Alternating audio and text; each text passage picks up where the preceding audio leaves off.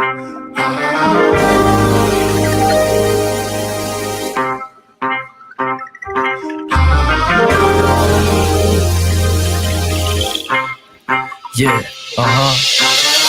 Close the doors, walk across the corridor. We got something to show you. Media is our repertoire. Fed up with the same news, no channel to use. Cruise control mentalities, here we offer you. We gon' show you a new way. The content, it never strays from positive and uplifting. Once a week, the scope gifted. With the presence of your eyes, what a distraction. Beautiful to soul, especially in action. This year not ration, came in abundance. Films like in Sundance, tech like the pop art. Tachi Queen, you are Curtis, a beast heart. You must carry, cause MCs they all vary. And seldom do they motivate. World full of hate, we serve a hope on a plate across different platforms. Let's hear a buffet, hydration like Boucher. Don't focus on a day, we always here for you. MediaScope when you emotionally broke. Settle in our knowledge and conversations, go make them yours. What we run is Olympic, now your hands on the torch. Take it easy like Sundays on the porch. MediaScope when you emotionally broke. Settle in our knowledge and conversations, go make them yours. What we run is Olympic, now your hands on the torch. Take it easy like Sundays on the porch. Now you award winning with no award tours. This culture meets the art. Podcast with the heart and essence of the growth. The power's in the people. Without you, we ain't equal. What we lack is ego. We're back now, so here we go. Run the show like Arsenio. Episodic, our rituals, minds change through visual. Representation of our nation and its differences. Some explanation of our uniqueness and innocence. Mass media's intention is to desensitize. We raise the wise and knowledge is power. Without it, we turn coward and proud of a known product. Like we could take it with us. I wish the greats were still alive and here with us, but it is what it is. We're left here to share our gift, and that's precisely what we'll do with it. Shape shift and fluidly, we can pass this test and still in our unity, elevating through stress. Yes, MediaScope when you emotionally broke. Settle in our knowledge and conversations, go make them yours. What we run is Olympic, not your hands on the torch. Take it easy like Sundays on the porch. MediaScope when you emotionally broke. Settle in our knowledge and conversations, go make them yours. What we run is Olympic, not your hands on the torch. Take it easy like Sundays on the porch. Yeah. It's up to you. You got the torch now. MediaScope. We here for you, and you. We got it all. Tech, pop, music. We got it all. Tech, pop, music. We got it all. Yeah. Tech, pop, music. We got it all. Yeah. Tech, pop, music. We got it all. Yeah. Tech, pop, music. We got it all. Yeah. Tech, pop, music. We got it all. We got it all. Hi. What's up? We got it all. What's up, everyone? Welcome to another riveting week of everybody's favorite live stream, mine anyway. This is MediaScope. My name is Tachi, media professor, filmmaker, media content producer, also a journalist. I'm joined by this guy behind the scenes. Explain yourself. Who are you? Hey, what's up? I'm Curtis, guys. What's up?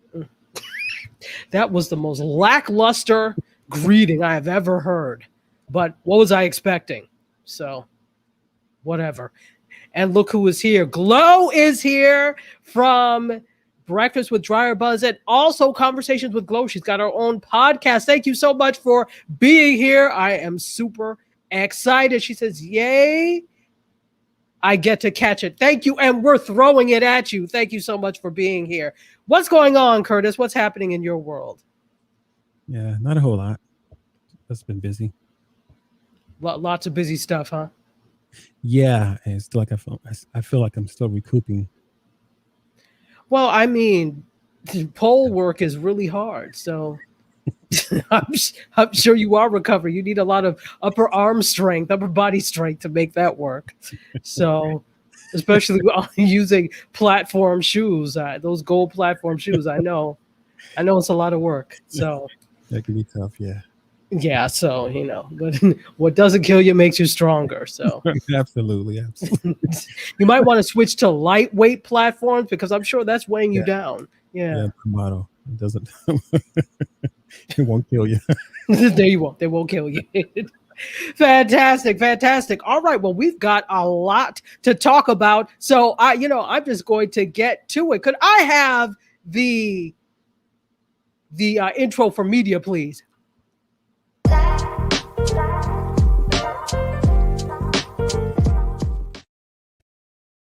All right. So before we get in to this, actually, no, not this one yet. Could we go to A? Could I have photo A, please?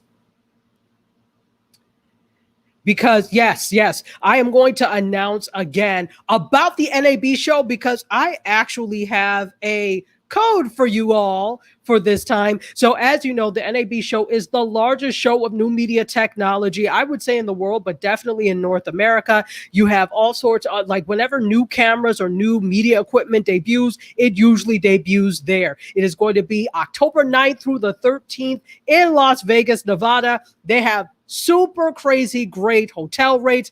You've got to get on this. It is really going to be good. If you feel comfortable going out to this again, definitely do that. I'm going to be there, but be for sure I will be masked up. So there will be no masklessness among me. That's not even the word, but I'm not going to be maskless. How about that?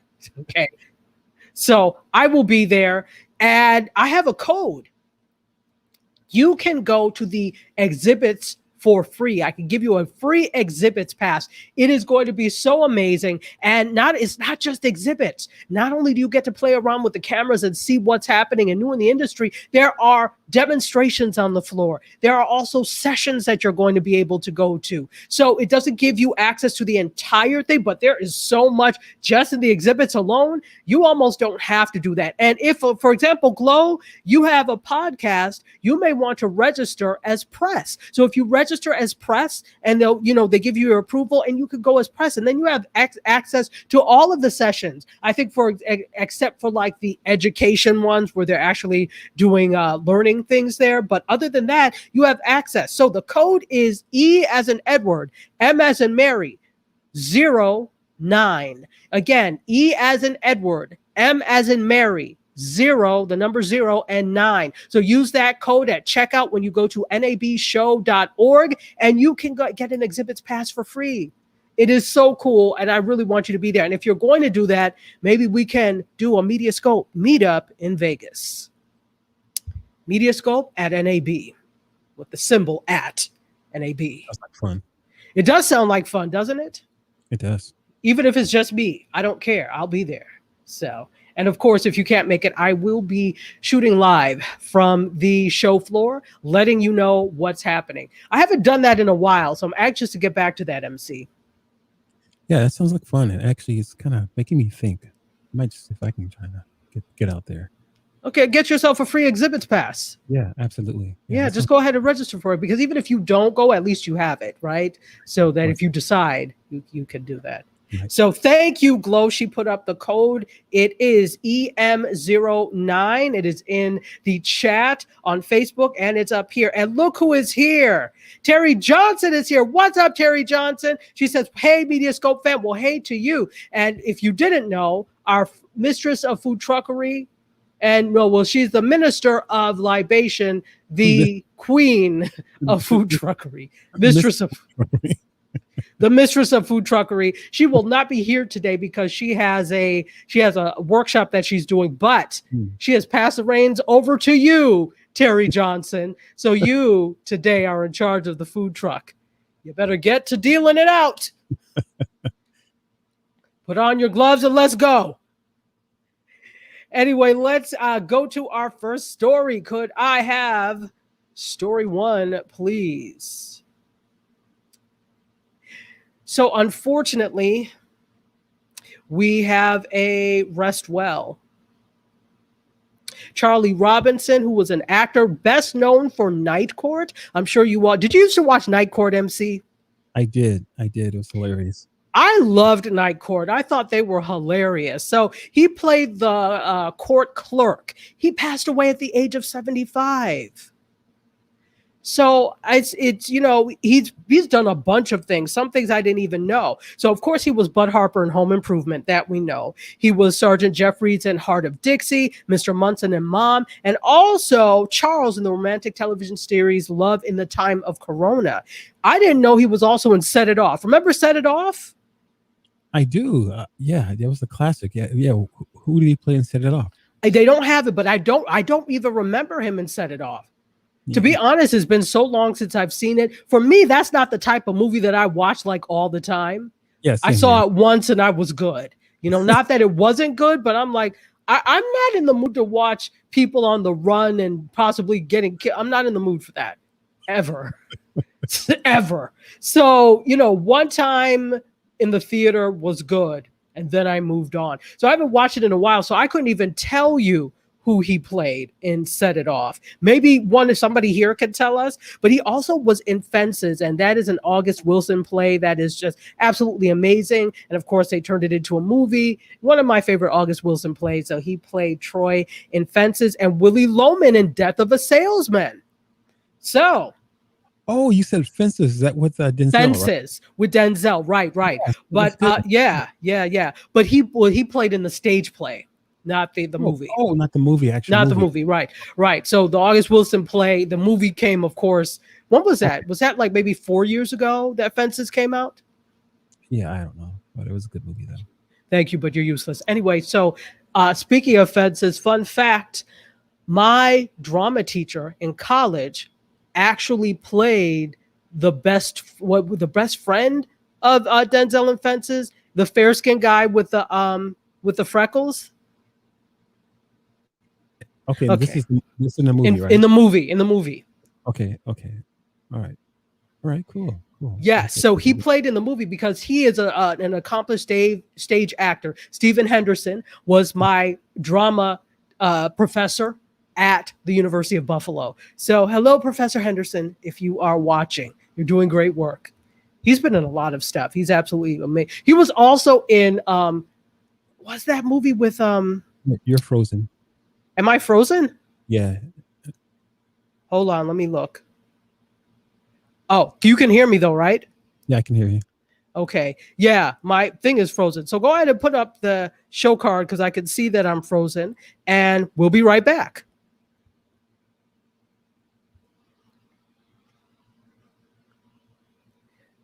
Okay, I think I'm back. Try again. I think I'm back. Yeah, I don't know what that was. I don't know. Anyway, yeah, so I'm no longer frozen. I'm back, kind of. Anyway, too many system resources. All right, Yolanda Lattimore is here. She says, hey. Glow doesn't remember him and Set It Off either. I don't know. Am I going to go back to see? Probably not, because like I said, one time is enough for me and Set It Off. Right. That's not the type of movie you watch all the time. Not at all. It's not like with me and Coming to America. You guys know I could watch the original Coming to America every day, right? Basically, and be good. That's not Set It Off for me. Not at all. All right, let's go on to story 2, shall we? All right. This bright, smiling face here is Jerry O'Connell. And Jerry O'Connell, in case you didn't know, has joined the talk as a permanent co-host. Now, remember, Curtis and everybody, there was a little bit of kerfuffle at the talk because Cheryl Underwood and Sharon Osbourne got into it. Well, no, they really didn't get into it. Sharon Osbourne got into it with Cheryl Underwood, but Cheryl Underwood was calm and she did nothing. So, with that, after being dragged on social media and all of that, Sharon Osbourne decided to quit The View. Sorry, The Talk. They're all the same if you ask me. And they've been looking for a host ever since, and they have found one in Jerry O'Connell. He was a guest co-host on there before. In fact, he is a darling of daytime talk television, right? So he's been a guest co-host on a number of things, and he's been looking for a gig like this, or his people have been looking for a gig like this for him for quite a while, and they have found it. Let's see what he says. He says, it's fun and it works, and we're going to have a lot of fun. It's real exciting. First of all, I want to say you ladies have been so welcoming to me. I mean, I came here as a guest months ago, and just from the moment I walked in, you're just gracious, you're kind, you're fun, and it worked. And we are here. We're going to have a lot of fun. We really are. That was his profound statement about this. So, in a statement, executive producers of the I keep calling it the talk. That is the talk. Heather Gray and Kristen Matthews said, we are beyond thrilled that Jerry O'Connell is our new host. We loved his infectious enthusiasm, humor, openness, and insight as a guest co-host, and look forward to him now bringing those dynamic qualities to the show every day. Now, ordinarily, I wouldn't give a damn about this, but this is interesting because this is happening in the wake of that little spat that happened with Sharon Osbourne and Cheryl Underwood. So I'm wondering what the whole dynamic is going to be now that they've reduced the estrogen and increased the testosterone, if that makes any sense. Okay, question. Is Cheryl Underwood still on the show? She's still on the show. She didn't do anything. So the network decided to get rid of Sharon. Let's say this. I'm sure she left the show. It was reported she left the show, but I'm sure there was some gentle prodding Right. when it came to that. But I mean, honestly, if it had gone away, she might still be there. But you know, here's the thing, people. Why are you going on and on and on and on social media about things? People drag you on social media, and acknowledge your mistake, acknowledge that you don't know things, that you're still learning, and that you're wanting, you know, you're trying to be a better person every day. Look, see, this is where crisis communication comes in, and this is where you all fail miserably. I don't know where is Olivia Pope? There was a real Olivia Pope. There are others like her. Can you please hire some PR people to do some good crisis communication for you when it comes to this? Don't try and handle it yourself because you're inept, and it shows. Briefly, what was the issue about? Just briefly. I didn't watch it. I'm trying to remember exactly, but it had to do with the fact that I don't want to get it wrong, but I do remember that Sharon Osbourne said something, you know, I don't know, teach me. And it left the onus of teaching about oppression to Cheryl Underwood to teach her. So there was almost like the problem was this expectation that Cheryl Underwood should be apprising her of the problem when she's a whole grown adult, right. And she could easily go to the same Google everybody else uses to look things up. Or don't do that on the air. Get off the air and say, you know, I'm trying to look this up, but there's some things I don't understand. Would you mind? When people come to you with humility, of course, but don't expect me, teach me, which I don't have to teach you anything. And that's basically how Cheryl Underwood was. She was, she didn't say that, but she was very calm about whatever. It's not Cheryl Underwood's job to teach you anything, Sharon Osbourne. So I guess she got, you know, felt hurt and not loved or whatever and left. Did you actually see Cheryl Underwood taking a deep breath before she answered the question? She did. She was vicious. Sharon, that was exactly what she did. She was very calm and calm. But you know, when we say Sharon, you know that the wrath is deep down in the heart of Texas. You know there is wrath. Something is boiling, man. I tell you. Boiling like a pot. And you know how the lid goes. It is boiling underneath the surface. It's like magma. Hot magma. Okay.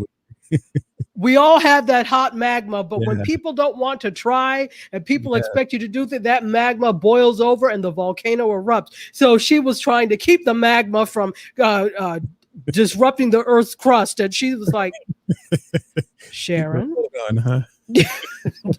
just her wit, right? Sharon, she had to take a breath. You have to, because imagine what would have happened had she blown up. Yeah, absolutely. That's not what we want, and she was well aware that we had to do that. Aware that we had to do that. Okay, let's put up some bacon wrapped shrimp and champagne. Terry is always coming with the Horace Douvres for those people who can't say hors d'oeuvres.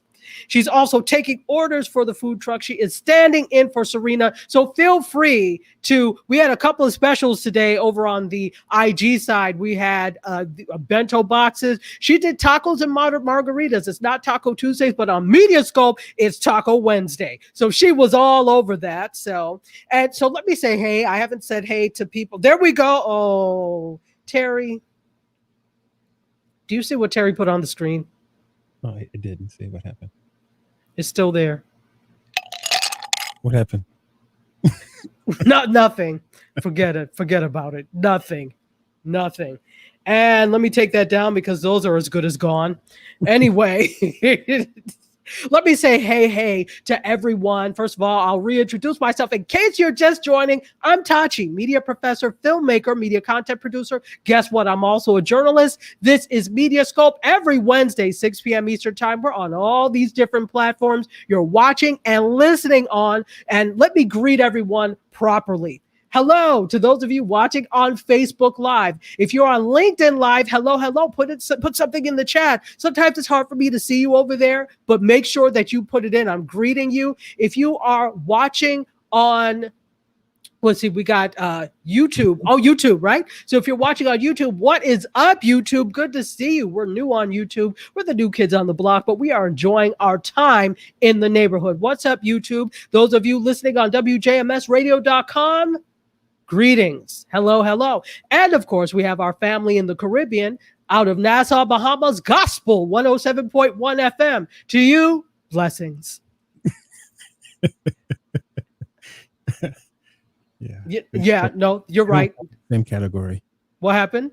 They don't fall in the same category as the others. They're on a higher plane, so you just have to bless them, right? Send them blessings.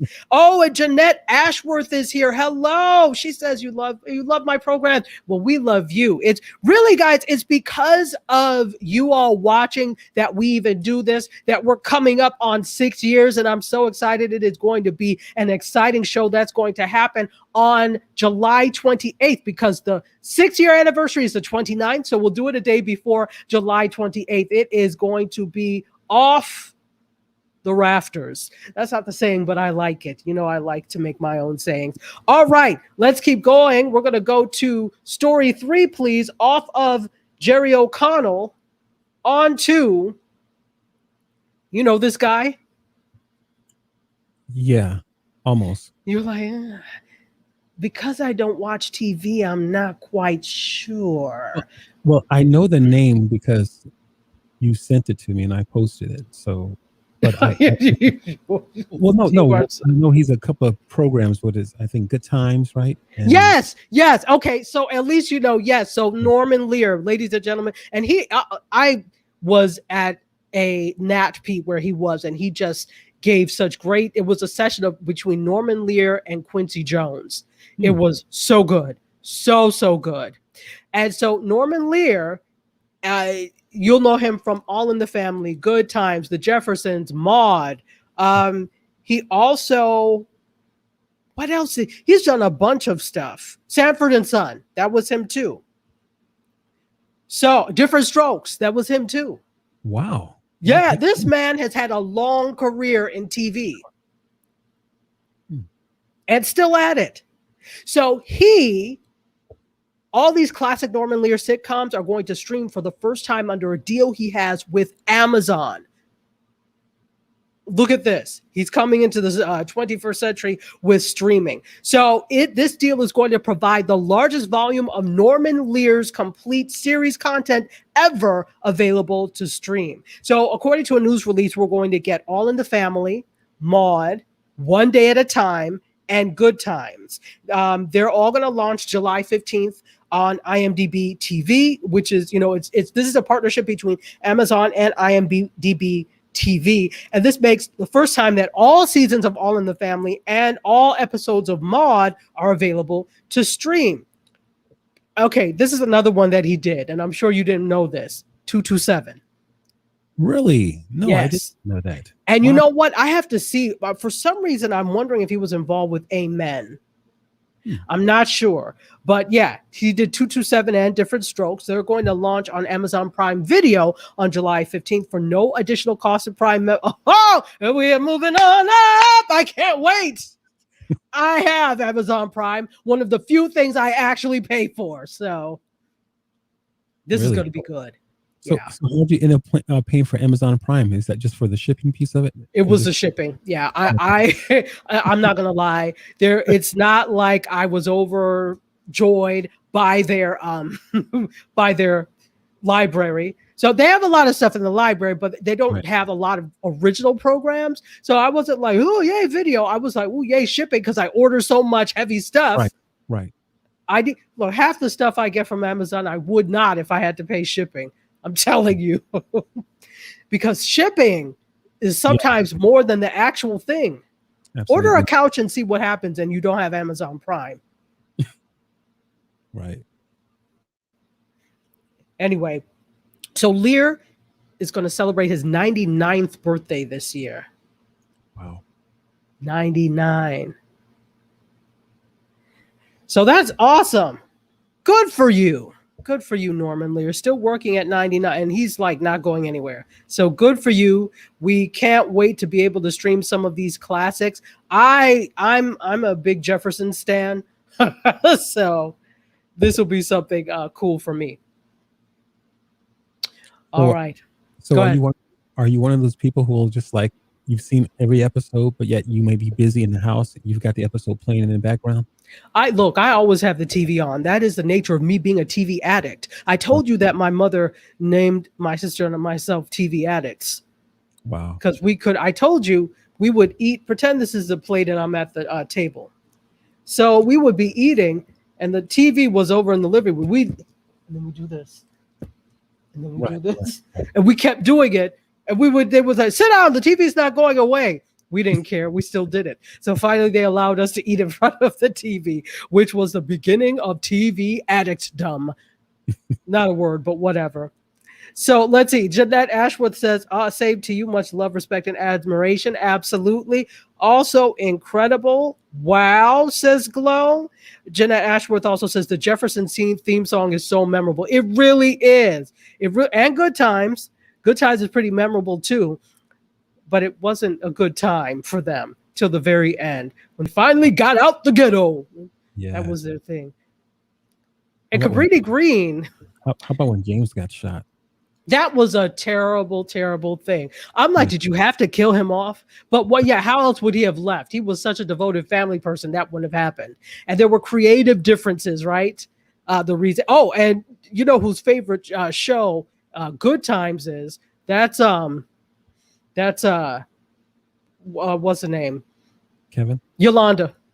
Oh, okay. Yolanda Lattimore. Every day she's like, all right, well, Good Times is coming on, so I have to go. That's funny. If she's got Prime, she's going to be delighted now, huh? Yeah, absolutely. But I don't know that Good Times is going to be on there initially, but probably later on. They're starting with those few that I told you about. Gotcha. And Jeanette also said, my mom watched Maude and Sanford and Son. I watched the Jefferson. You know, I didn't watch Maude a lot when I was little. It was more when I was older. I was watching. First of all, these shows were all reruns for me anyway, with the exception of like in the 80s, you know, the Jeffersons went on into the 80s. So I was little, but I was still there for that. But like all these 70s things, I watched in reruns.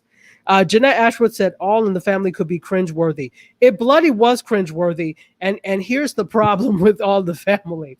That I remember, Archie Bunker always used to say, what the hell? Right. What the hell is that? So I started saying that. And I was like 4 when we were watching. But that's what happens when you watch television. And It was a problem, but I was like, well, what's wrong? Archie Bunker is saying that. But yeah, no, it could be cringeworthy, but it was real, right? Yeah, it's not like it didn't exist. Anyway, congrats to you, Norman Lear. 100 more years of creativity for you. So we're going to get off of Norman Lear and go on to let's talk a little bit about the Academy. Could I have the next one? What is this? 5 we're on now, or 4? 4. Thank you. Let's get 4. Shall we? All right. Let's talk a little bit of what's happening with the Emmys. The Emmys is going to be live this year. Are you an Emmys watcher? Are you even an award show watcher, MC? Okay, that would be a no. Mm-hmm. I'm mad you let me come to my own conclusion. You're welcome. I can't stand you. Anyway, so Hollywood is slowly returning to normal, according to Variety, whatever that means. I don't think there's any such thing as the normal we knew. So throw that out of the window. But they're slowly returning to some semblance of production. Let's say that. Whether it's normal or not, I don't know. So the TV Academy is prepping for limited in-person Emmy ceremony. So it's going to be limited. It will be in person, but limited. It will be in September. And it could be the industry's biggest night. We'll see. They say this every year. I don't know. So attendees will have a reason to celebrate because they're going to reconnect with their colleagues and friends after a year of physical distancing, but they'll also be ready to toast to a really great year in Emmy TV, or sorry, in TV, not Emmys TV. So there are a lot of things that are nominated, and streaming is doing well. Streaming, now remember, streaming was always the legacy regular linear television was all streaming. Be gone. Right. You're beneath me. I will not sit next to a streamer. Netflix. You remember, they were all poo-pooing them, but now look who all is paired up with the Emmys. So Apple TV Plus, they're not even really a breakout streamer. They've received 34 nominations, okay? More than all the broadcast networks aside from NBC. Quibi got 8 nominations. They're gone. Quibi is gone. They are now Roku originals, okay? Even after they closed, they still managed to get some nominations.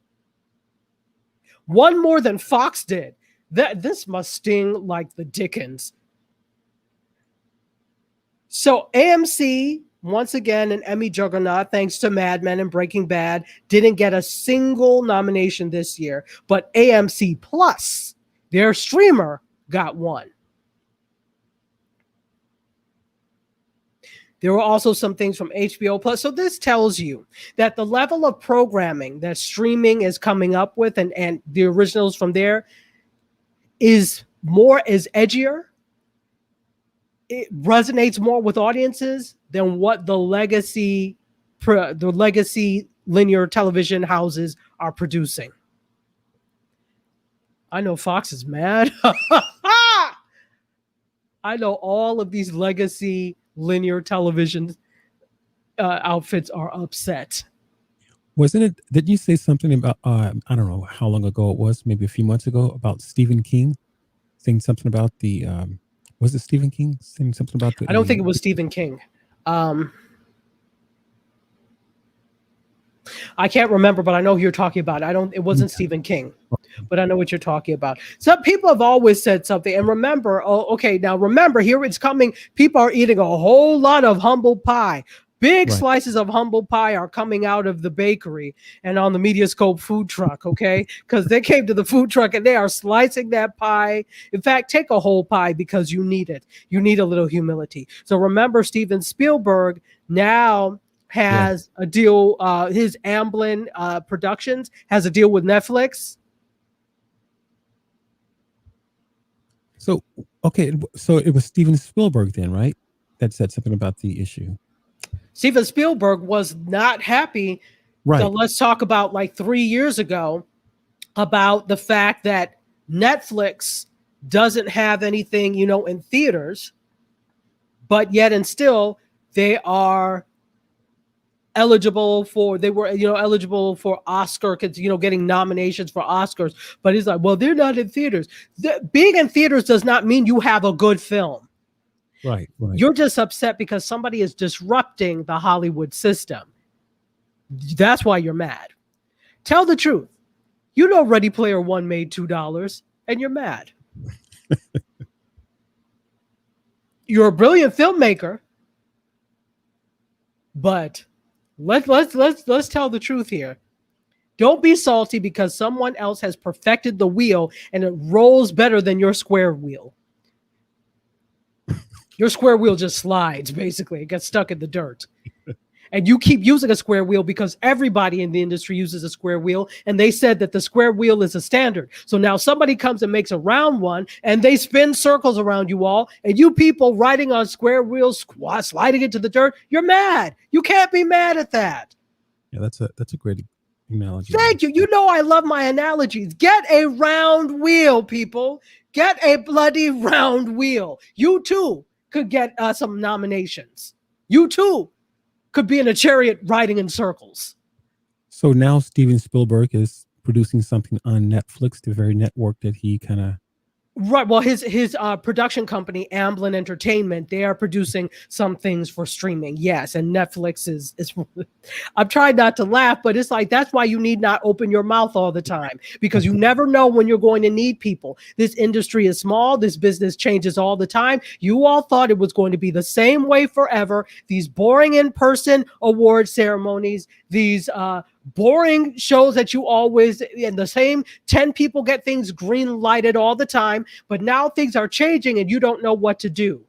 People don't like change. It's fear. But if you produce good stuff, you don't have to be afraid. Glow has a comment. She says, but let's be clear, just because you're good doesn't mean you can't make bad movies. Yeah. Right. Absolutely.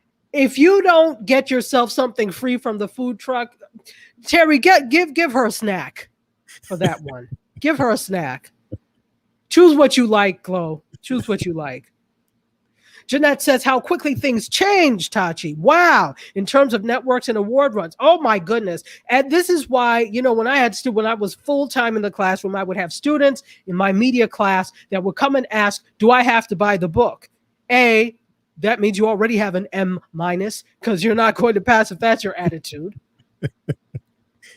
B, it also shows you don't know anything. I'm like, how did you get to me at this level and you don't know that media changes every 5 minutes? It's almost ludicrous to teach from a book because it changes that fast. So you have a book that's all right this semester, but then next semester has to be changed. But you know what? That's why some of these authors do it, because all they have to do is change one page and it's a whole new reprint. It's a whole new run. And you've got a captive audience. You have students who have to do that. But to be honest, I really like the idea of using current articles to understand what's happening in the industry. That's how you know. I didn't get to know all this by reading a damn textbook. No, I have subscriptions to about 100 newsletters and I go through what's happening. And this is what I report to you all. That's how you learn. Just saying, the book is helpful for some things, but not much. Anyway, could we go to photo 6, please? So, speaking of Emmys, if you don't know who this is MJ Rodriguez, who played Blanca in Pose, one of my favorite series. I love Pose. So good. Sorry it ended, but it ended, you know, on a good run. So this was the 4th season. Was it season 3 or 4? I think it was season 3. So they ended after season 3. And I think it's a good place. You want to end on a high rather than, oh, that show is still on.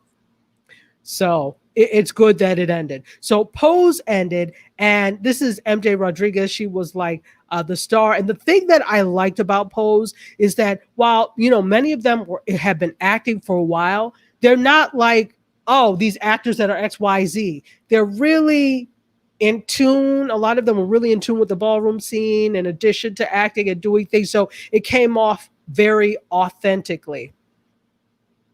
And she actually is the first transgender person to be nominated for the Best Actress category at the Emmys. So she's making history. So congrats to MJ Rodriguez for that. I think that is absolutely awesome. So wait, it's nominated in lead acting category. So not, lead acting, not best actor, but lead actress in a drama series for Pose. So good for you. All right. Lots of changes happening, including that. Let's keep going. You know what? I think it's time for a little bit of tech. Could I have the tech intro, please?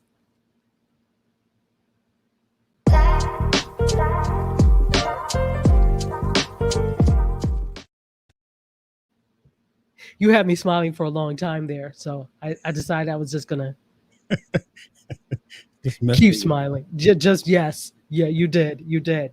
All right, let's talk a little bit about the COVID-19 vaccine, but not the vaccine as you know it. There is now an edible COVID-19 vaccine in the works so that you can avoid getting a shot.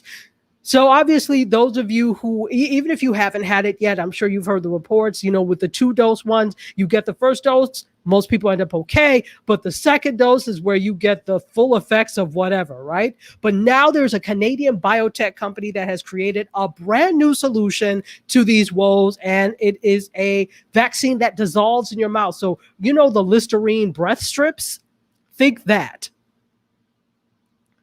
I don't know if it tastes like a Listerine breath strip, but anyway. So Rapid Dose Therapeutics has teamed up with McMaster University to develop this oral strip in the version of a COVID-19 vaccine so that you could avoid the needle. So when you use this orally dissolvable quick strip technology, the team says that proteins can be delivered through the inside of the cheek or under the tongue to recreate the same immune response as when you're injected. So according to Design Taxi, edible vaccines could have benefits aside from ease of access. Currently, Pfizer and Moderna vaccines have to be stored between 50 degrees Celsius to 80 degrees Celsius, which is 5 degrees to 112 degrees Fahrenheit at all times. However, with these strips, the vaccine can remain stable even at 40 Celsius, which is 104 degrees Fahrenheit, and it doesn't require refrigeration. So there's promise there. Here's the thing. 60% or more of the countries are warm. Africa, Mexico. And when you think of these countries, they don't have the logistics in North America in terms of refrigeration, etc. So you could put, according to Mark Upsdell from Rapid Dose, you could put, whether it's a dengue or the follow-on influenza, a COVID vaccine into this strip and send that out to those countries that don't have the infrastructure at a lower cost. So in that, I can see that would be a good thing because it requires less than you would in, for example, the Western world and countries like North America and in Europe. Thoughts, MC? Thoughts, anybody? Sounds interesting. Yeah. Okay, that's it, huh? What do you think about it? No, I'm asking you, sir. I'm asking you. You can't flip the script here. I asked you. What do you think? I asked you. Yeah, it sounds interesting. I'm not quite ready for the strip yet. Okay. Or the shot. Okay. Well, wow. Another conversation altogether. Yeah, absolutely. So, but this is not ready for like human consumption yet. So, I don't think you have to worry. And I see that I'm a little jerky. I think I have a connection issue today. So I don't know what's up. But anyway. Why don't they use like gummy bears or something like that? I don't know. Like kind of more like the edible vitamins if they're going to do this here. People would OD on those so fast. That's not what you want. Right. Yeah, that makes sense too.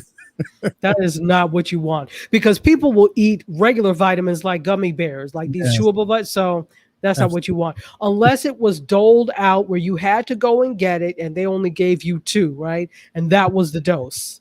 That's the only way it could work. You can't make these things delicious because people have no self-control. They will finish the entire bottle and just be a swimming mess of COVID-19. No. Yeah. You cannot help everybody with it. No. Anyway, let's get to the room and see what says. Jeanette Ashworth said, whatever helps people get vaccinated. I like that it could help with the global public health. Wonder how long it will take before it goes public. Good question. They're working on it now. I urge them not to rush these things. Don't rush it, right? Jenna Ashworth said, friend in Uganda said they still don't have vaccinations available to them. And that's the thing. It's different countries have different levels of access. So though I say don't rush, I guess, be expedient in terms of your development of this. But I do like the fact that this is something that doesn't require refrigeration. Forget refrigeration, electricity can be a problem in places in Africa. I know this firsthand. You're sitting there minding your business, all of a sudden the lights go out because there's no electricity. These rolling blackouts. So yeah, this is very interesting in that. Okay, so Jeanette, you just heard of MJ Rodriguez. You have to look up her work. Good for her. Yeah, and if you've never watched Pose, I urge all of you to watch Pose. It is an amazing series. So you can catch up on all your seasons, but it is absolutely amazing. All right, let's keep going. So off of the vaccine, on to, could I have photo 8, please? Let's talk about iPhones. I always ask you this because I keep forgetting. Are you iPhone or Android, MC? Both. Meaning you physically have both. Correct. And you use both. Correct. Do you have a preference? Well, you know what? Just interesting that you asked that question, because I think more and more I'm actually really moving towards the Android camera. I think it is absolutely a better quality, better images. I think iPhone, I mean, they're applied to, I guess, get to that space. They've done some hocus pocus stuff on the camera, and it just looks really weird. It doesn't look natural. You said hocus focus. Hocus pocus. Good night, MC. Well, speaking of camera, let's talk about the iPhone 14 and what could possibly happen with the iPhone 14. So I agree. First of all, my phone is Android. I have everything else on my other devices are Apple, but my phone, I am a diehard Android person. And I'm of the belief it just has a better camera. But I think that iPhone is trying to catch up to that, because the iPhone 14 could possibly have a periscope camera. Now, if you know the concept of a periscope, you know on a submarine, it comes up and it looks around and goes. So it could possibly have a periscope camera. And how do we catch all these things happening? Well, we find them when a company files a patent, right? So Apple is forever filing patent, and they found a patent. Patently Apple always looks for these. This is a publication. They found a patent dubbed folded camera, and it was filed with the United States Patent and Trademark Office, and it describes a system that allows light entering the camera to be reflected at an angle so that lenses can be laid out horizontally within the phone rather than stacked vertically. Interesting. Yeah. So it's a folding camera, they call it. So basically, it's kind of like a pop-up camera in a sense. Now, they don't have a whole lot of detail or information on it. Just, all you have to do is have like kind of that concept when you file for a trademark. So it doesn't have to be the full thing. And obviously, when you file for a trademark, it's public knowledge. So you're not going to put the full thing of what it's going to look like, right? Right. But so go ahead. Traditional camera, though. What happened? I said it almost sounds like a traditional camera in a sense. And I think that's what they're going for. I think they are trying to reckon, look, it is the battle of the devices. And whoever, even though this is not necessarily what you should look for, but whoever has the most features that do well is the one who's going to win, because consumers want a whole bunch of features. Sit here and ask me what you do with your phone. How many people use every single thing that their phone offers? Do you, MC? Do any of you? Not even close. People in the Bahamas, people in Jamaica, I'm going to ask you, do you use every single thing that your phone does? I bet you the answer is no, because for me, the answer is no. In fact, I need to take a look at my phone right now and see what apps need to be gone. Right. Absolutely. I need some more space. So, with that, we're using our phones for a lot more things, but do we use all of them? No. Is this 100% necessary? Yes. Go ahead. It's one thing to have a lot of apps, but like you're saying, is that it's another thing to have a lot of different features. And I think the thing is that a lot of people aren't using the features. Yeah, no. And when I say apps, I'm not talking just about the apps you download. It comes preloaded with apps. right? Right. So I'm talking about all of those things. Okay. Those things and the apps and some of the other features. So obviously the camera is a feature and functionality, but some of those apps also act as features as well Right. because they come preloaded Gotcha. and you can't bloody take them off. Glow says nope, she does not. Jeanette Ashworth says I like Apple products and also have gone back and forth between both Apple and Android. And look who is here. My fellow Bison, David Benjamin Eccles. Welcome. He says Android may take pics better, and that's it. You know what? Go on somewhere. You didn't learn that from Howard. Anyway. And he says, hey to both of us. Hey to you too. What's up? What's up? Yeah, Jeanette, actually definitely check out Pose. It is a great series. It is really great. So Jeanette says this. She's always heard that iPhones were better for pictures. I guess many different opinions. Now, okay, not that it's terrible. It definitely is much better than a picture from Motorola Razr from the early 2000s. Okay, it's definitely much better than that. But it really isn't. What is it? 12 megapixels is the highest, I think. Yeah, but for me, I didn't think it was more. It just wasn't realistic looking. It was just No. too much stuff going on. Right, and all the things, and trying to make the shallow depth of field, which is nice, but I can always tell when it's a real shallow depth of field and when it is created by an app. I can tell. Absolutely. I know. So yeah, I don't know. We'll see. There's shallow depth of field does not look even natural. No, it's not natural. It does not look natural, and everybody's trying. I'm like, you have to think about this. But first, let me say hi to Timothy Hall. Seth Godin talks about a $22K phone that doubles as jewelry in Purple Cow. Now, I read Purple Cow a long time ago. How did I miss that? Seth Godin is amazing. Yeah. Yeah. No, I don't believe in spend this whole $1,500, anything over. Well, I don't want to pay over $300 for a phone. I don't even want to pay that.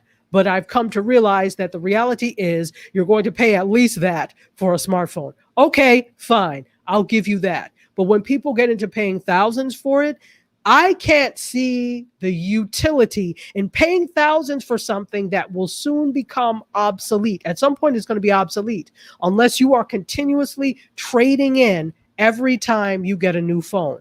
That's the only way you can stay on top of it. Because what happens is, go ahead. Just real quick. I think a lot more people are keeping their phones though. They're not necessarily trading them in, so they'll pay $1,000, but then they'll keep it for a few years. So you're right. There was a study that actually said, and I can't remember the exact entity that did the study, but there was a study that said that on average, people are keeping their phones over 3 years. Unlike before, they used to change every 2, but there's a reason for that. Part of the reason is, remember, a lot of mobile phone carriers always gave you a free phone every 2 years that you could upgrade, right? Every 2 years. Most carriers don't do that anymore. So that's one of the big reasons people were switching. I did that all the time. T-Mobile said, oh, you could get another phone. No problem. I would switch out. But when they stopped doing that, let me keep what I have. Right. But the thing with keeping with what you have is now with phones, it's less of an issue.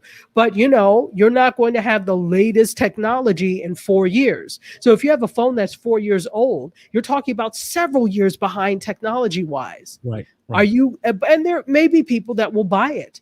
But if you spent $1,500 on a phone, is it going to be worth it to you to sell a 4-year-old phone you bought for $1,500 and now you're reduced to selling it for maybe $500 or something like that? If that. Right. That's not a good return on investment, folks. So unless you somehow, and that's the thing, what is it that this $1,500 phone does that the $300 phone won't? That you need? That's what do you need it? Don't sit here and tell me, well, I'm going to make movies. Then buy a real camera. Don't make movies with it. Buy a real camera. Anyway. Timothy Hall said, I just got my first iPhone in June. Biggest plus is a FaceTime so far. Yeah, FaceTime is an Apple product. It's on everything.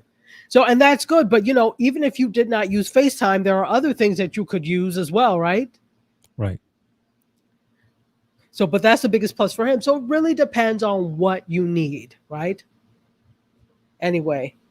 Oh, thank you. He says MediaScope is awesome on the big screen TV screencasting today. Oh, awesome. And if you can also watch on YouTube, we are on YouTube as well. In fact, let me take this minute to say hello to everybody watching. This is MediaScope. My name is Tachi, media professor, filmmaker, media content producer, and journalist. We do this every week, 6 p.m. Eastern time on all these different platforms. So what's up to Facebook? Hey, YouTube. What's up, LinkedIn Live? If you're listening on WJMSradio.com, hello. And those of you in the Bahamas and in the Caribbean, Gospel 107.1 FM, blessings.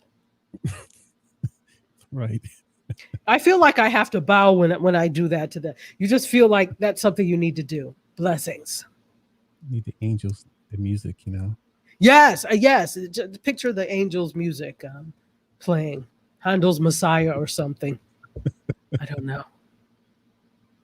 Anyway, let's get off of this phone and go on to something that is actually useful. Could I have, the phone is useful. Could I have story 9, please? Let's talk about Ring. Now, remember, MC, when Ring had a problem with people hacking into the video and watching people?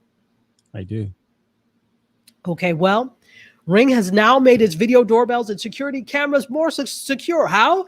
End-to-end encryption is being rolled out worldwide following a U.S. technical preview.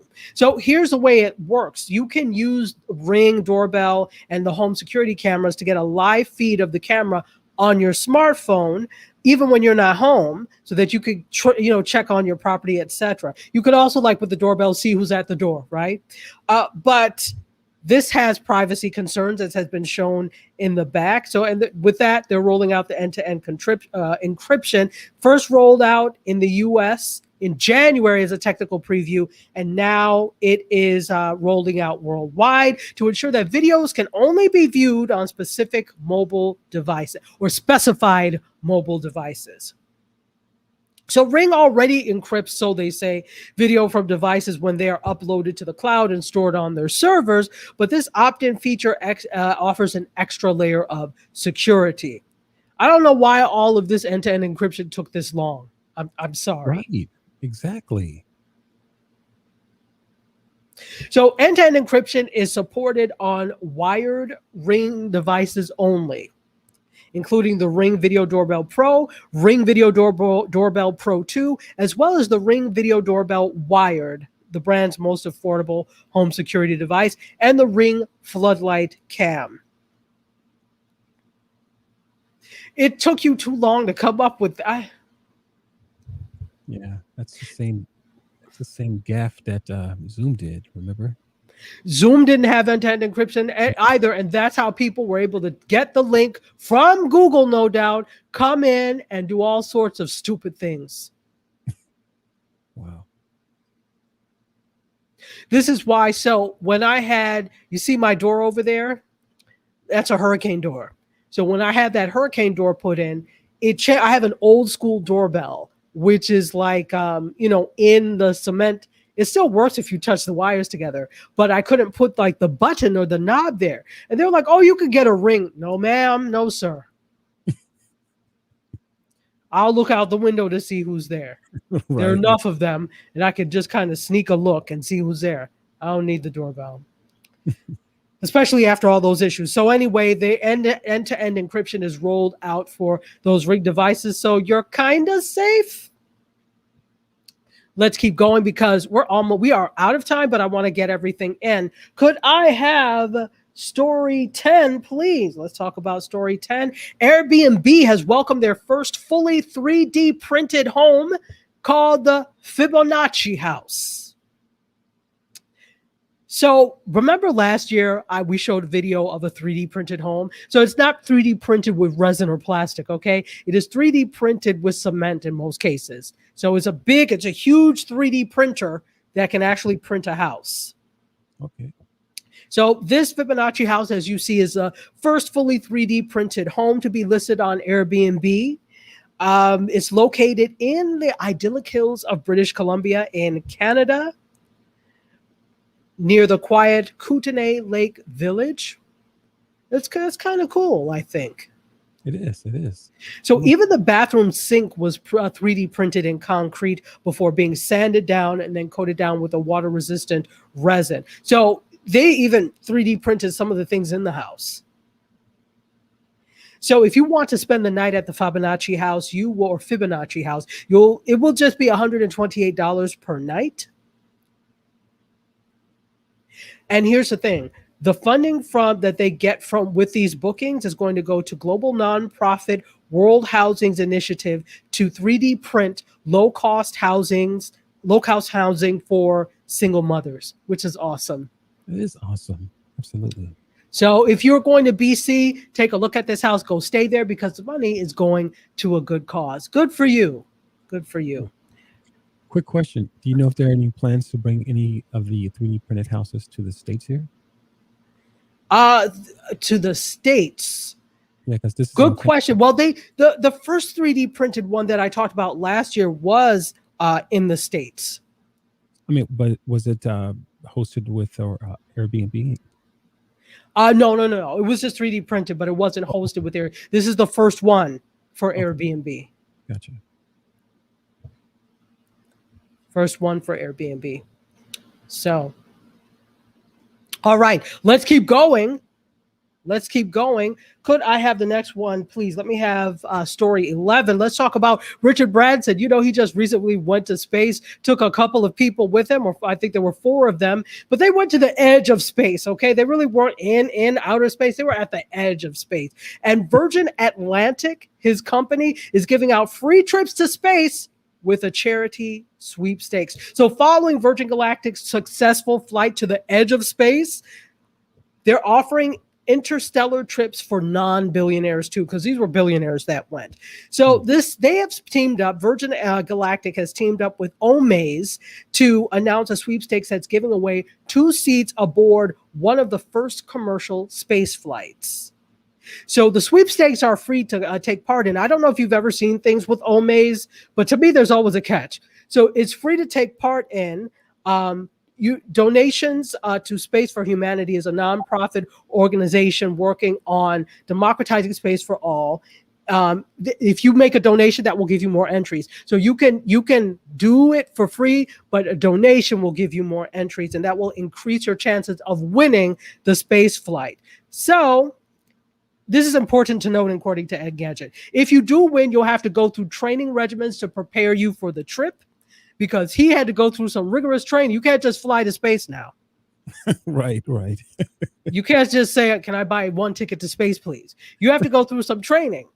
That's what astronauts have. You're going to the edge of space. You're going higher than you've flown in an airplane. So, yeah. Anyway, so if you're interested, you could go to Virgin Galactic. You could also go to omaze.com and enter the sweepstakes there. All right, let's go ahead. So are they collecting email addresses so they can actually sell it to your email address to other marketers? Now you're asking me questions I have no answer to. Never mind. I'm joking. You know I don't know. You know I know as much as you on that one. Question. Do you like fries? You like French fries? Let's have photo 14. Would you pay $200 for French fries? Would any of you all pay $200 for French fries?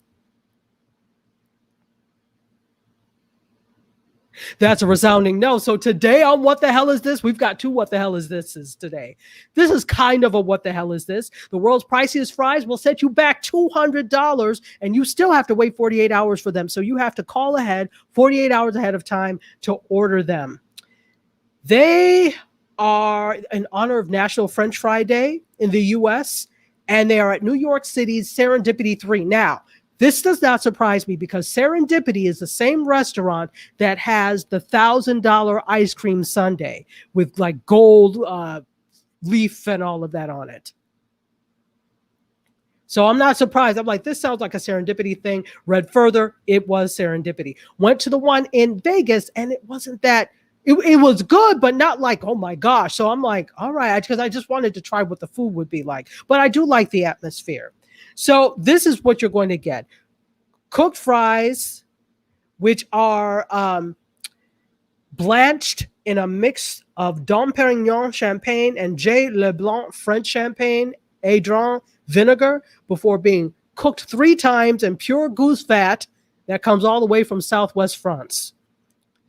Generously seasoned with Guerin truffle salt, tossed in Urbani summer truffle oil, topped with shaved Crete Senesi pecorino tartufello that's made of milk from sheep that graze on the clay-rich hills of Crete Senesi, dotted with black truffles foraged from the valleys and forests in Volterra and Miniato, Italy. Not just that, it's going to be sprinkled with 23-karat edible gold dust for your dining pleasure. Oh, somebody's just getting a sandwich tonight. They're just having a burger. Just having a burger. Just look. If you get those, that's all you're going to eat for the next month, because that's a grocery bill. Right. So Serendipity 3 says, we are so honored to be recognized by Guinness World Records for our creation of the most expensive French fries, the creme de la creme pomme frite, and look forward to creating even more over-the-top recipes in the future. Now, they were, I don't know if they still are, but when they created that $1,000 sundae, it's the most expensive ice cream sundae, so they held the record for that. So that's what they're trying to do. I'm sure they're delicious and artery clogging. 3 times at goose fat?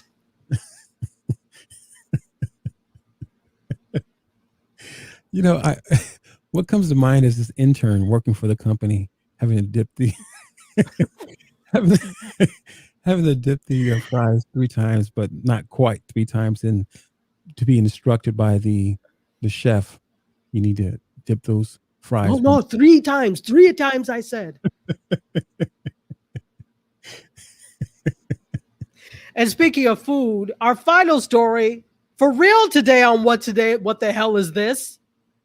Kraft has released a mac and cheese ice cream for an odd yet comforting combination. And that's photo 15 in case it's not up. I'm not looking because I'm just in such disbelief.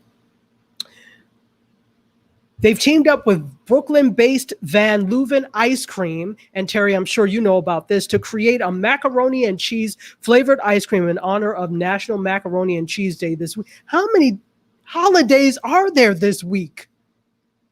National French Friday, National Macaroni and Cheese. So if you're a diehard fan enough of Kraft macaroni and cheese, you may like this. This is what they say. We know that there's nothing more refreshing on a hot summer day than ice cream. That's why we wanted to combine 2 of the most iconic comfort foods to create an ice cream with the unforgettable flavor of Kraft macaroni and cheese we all grew up with. No, you grew up with Kraft macaroni and cheese. We made it from scratch. Right. And I don't want that in an ice cream. Although I will say this. You've heard that people do put sugar in their macaroni and cheese, like the baked one. No, that was a no in my house.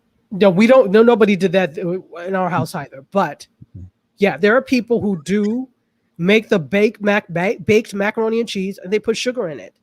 They would enjoy this ice cream if you like sugar in your macaroni and cheese, which I do not. When you said sugar and mac and cheese, I had to look around. For a candid camera? Yeah, I thought my mama was coming. So. No. Goodness gracious. Let me tell you what that is. Vanilla ice cream with the flavor cheese packet from that. That's all that is. A resounding yuck. That sounds like a bathroom break. A bathroom break? It's going to be more than a break if you eat that. Jeanette says this, I love when food is extraordinary and unique, but at those costs, I'd feel guilty and want to donate the cost to people in need. See, Jeanette is so nice. Yeah, and I could think of a lot of other things to do with $200 and buy French fries. Absolutely. Okay, so she wasn't confused about edible gold. Yeah, it passes through your system. But again, that's a tremendous waste. I could get some earrings with enough gold dust.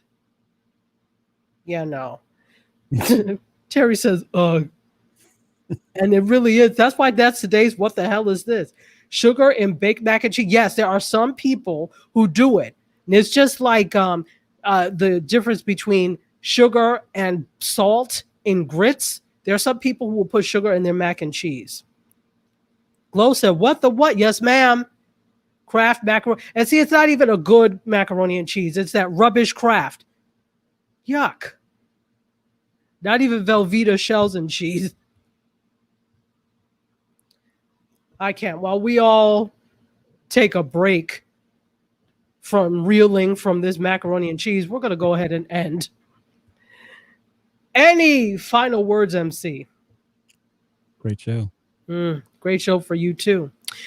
So, with that, thank you. It is because of you that we even do any of this. And I am going to say goodbye. Get back to doing whatever. Maybe you want to have some of this Kraft macaroni and cheese ice cream. Maybe you want $200 French fries. I'm not going to hold you from it. So I love you for watching. I bid you adieu. You guys, MC Curtis, these truffle fries and the macaroni and cheese ice cream. Let us please all exit stage left. I'll see you all next week. Cheers.